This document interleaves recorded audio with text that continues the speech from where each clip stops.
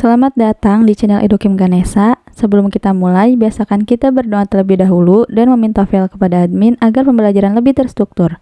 Oke, kita langsung saja ke teori SBMPTN Sosiologi di bab sosialisasi. Yang pertama, apa itu sosialisasi? Jadi, sosialisasi adalah usaha memasukkan nilai-nilai kebudayaan terhadap individu sehingga individu tersebut menjadi bagian dari masyarakat. Lalu, tujuan sosialisasi. Yang pertama adalah memberikan kemampuan dan pengetahuan terhadap individu untuk hidup bermasyarakat. 2. Memberikan kemampuan menyesuaikan diri atau beradaptasi dengan kehidupan bermasyarakat. 3. Mengetahui posisi atau perannya di dalam masyarakat agar dapat bertindak atau berperilaku sesuai dengan perannya dalam masyarakat.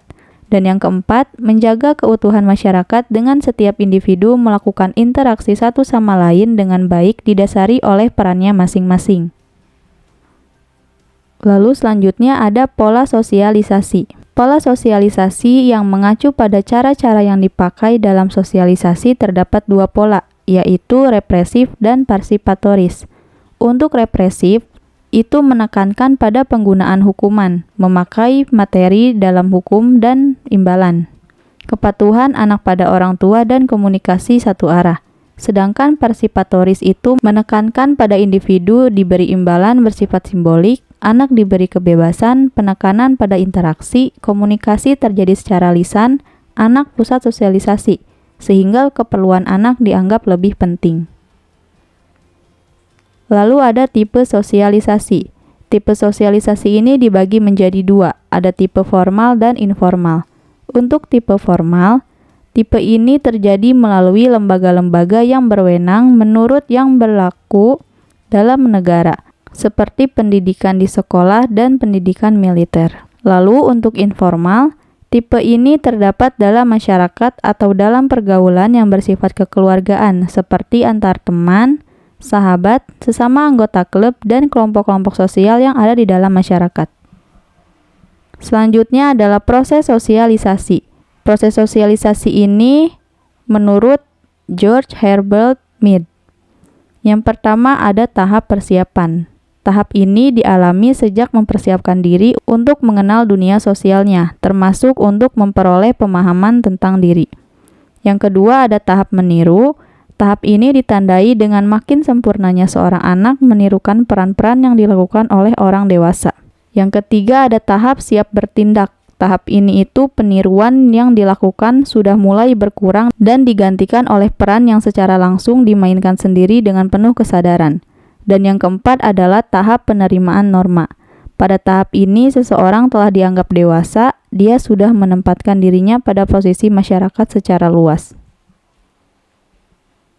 Lalu ada agen sosialisasi. Agen sosialisasi utamanya itu adalah yang pertama keluarga.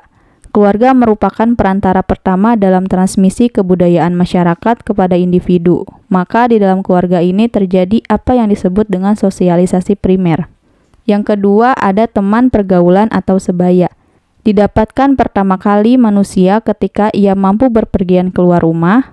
Pada awalnya, teman bermain itu dimaksudkan sebagai kelompok yang bersifat rekreatif, tetapi dapat pula memberikan pengaruh dalam proses sosialisasi setelah keluarga. Yang ketiga ada lembaga pendidikan formal atau sekolah. Menurut Drieben, dalam lembaga pendidikan formal seseorang belajar membaca, menulis, dan berhitung. Aspek lain juga dipelajari adalah aturan-aturan mengenai kemandirian, prestasi, universalisme, dan kekasan. Lalu selanjutnya ada media massa. Media massa ini terdiri dari dua jenis, yaitu media cetak dan elektronik. Saat ini media massa khususnya media elektronik telah mengalami perkembangan pesat. Contohnya adalah siaran televisi yang menayangkan film keras dapat menimbulkan perilaku keras pada para penontonnya. Dan yang terakhir adalah agen-agen lain. Selain dari agen sosialisasi sebelumnya, sosialisasi juga dilakukan oleh institusi agama, tetangga, organisasi rekreasional, masyarakat, dan lingkungan pekerjaan.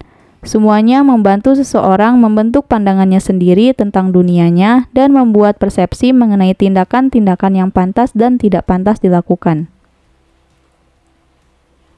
Oke, sekian pembahasan teori SBMPTN Sosiologi di bab sosialisasi. Jangan lupa subscribe, komen, dan like jika video ini bermanfaat. Teman-teman share sebanyak-banyaknya ya. Sampai jumpa di video selanjutnya.